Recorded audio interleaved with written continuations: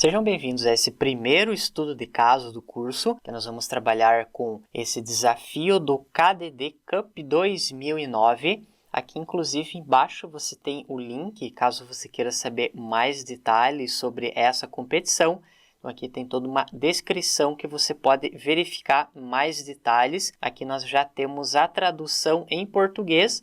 E o que eu vou fazer nessa aula é uma leitura rápida dessa parte que nós temos essa descrição, só para você se familiarizar melhor com o que nós vamos trabalhar. A administração de relacionamentos com o consumidor é um elemento chave das estratégias modernas de marketing. Então, inclusive, existem vários estudos, várias empresas estão investindo bastante em inteligência artificial aplicado com relacionamento ao consumidor, principalmente bancos e empresas de telefonia, que são essas áreas que eu tenho visto mais tipos de aplicações nessa área. A maneira mais prática de adquirir conhecimento sobre os consumidores é produzindo pontuações, ou seja, cada um dos consumidores vai ter uma determinada pontuação como se fosse o perfil desse consumidor. Uma pontuação é a saída do modelo e serve como avaliação de todas as instâncias de uma variável-alvo que se pretenda explicar. A ideia é de você ter vários atributos sobre o determinado cliente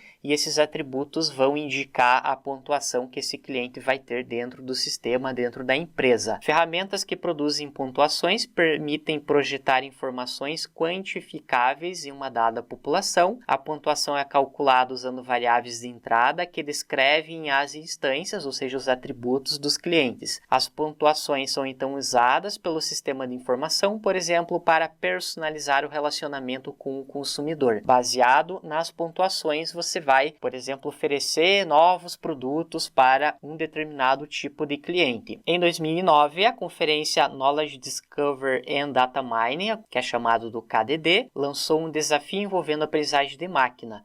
Disponibilizou dados de consumidores da empresa de telecomunicações francesa Orange. Nós vamos trabalhar com uma base de dados real de uma empresa de telecomunicações que deveriam ser utilizados para a construção de um modelo capaz de prever 3 comportamentos do consumidor. Nós temos um trabalho de classificação que o objetivo é fazer a previsão de 3 variáveis. A planilha ou a base de dados fornecida tem 50.000 instâncias e 230 variáveis. Perceba que é uma quantidade grande de variáveis e essas variáveis são informações, ou seja, são dados sobre cada um dos clientes dessa empresa de telecomunicações. As 190 primeiras variáveis são numéricas e as demais são variáveis categóricas. As variáveis de saída do modelo eram o cancelamento da conta, que nós temos essa palavra o churn, que a ideia é saber quando que um cliente está prestes a fazer o cancelamento da conta, que assim a empresa pode entrar em contato com esse cliente antes dele fazer o cancelamento para evitar perder esse cliente, por exemplo. Esse que inclusive é o atributo que nós vamos utilizar para fazer o passo a passo. O segundo item é a tendência de usar novos produtos e serviços. Por exemplo, se a empresa de telecomunicações lança um novo pacote de televisão ou um novo pacote de dados móveis,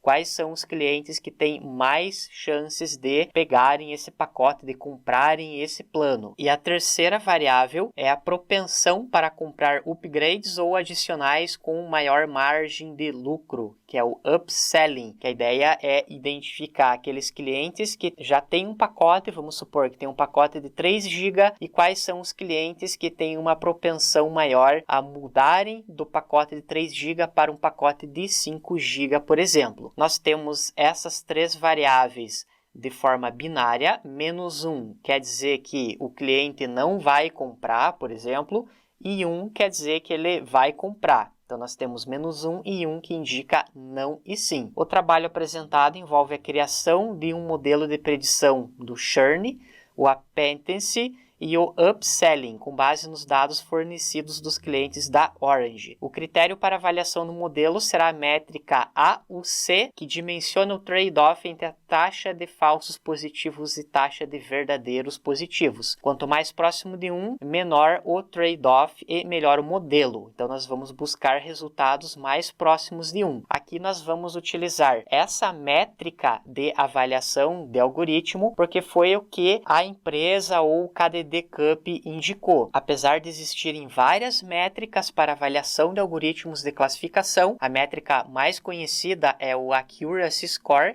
que é aquela ideia da proporção entre os registros classificados corretamente e os registros classificados com erro. Nesse caso, para nós seguirmos o que a competição indica, nós vamos utilizar essa métrica para fazer a avaliação do algoritmo. Com isso, fechamos essa primeira e rápida aula, que a ideia foi somente dar uma visão geral do que nós vamos trabalhar nas próximas aulas. Obrigado e até lá!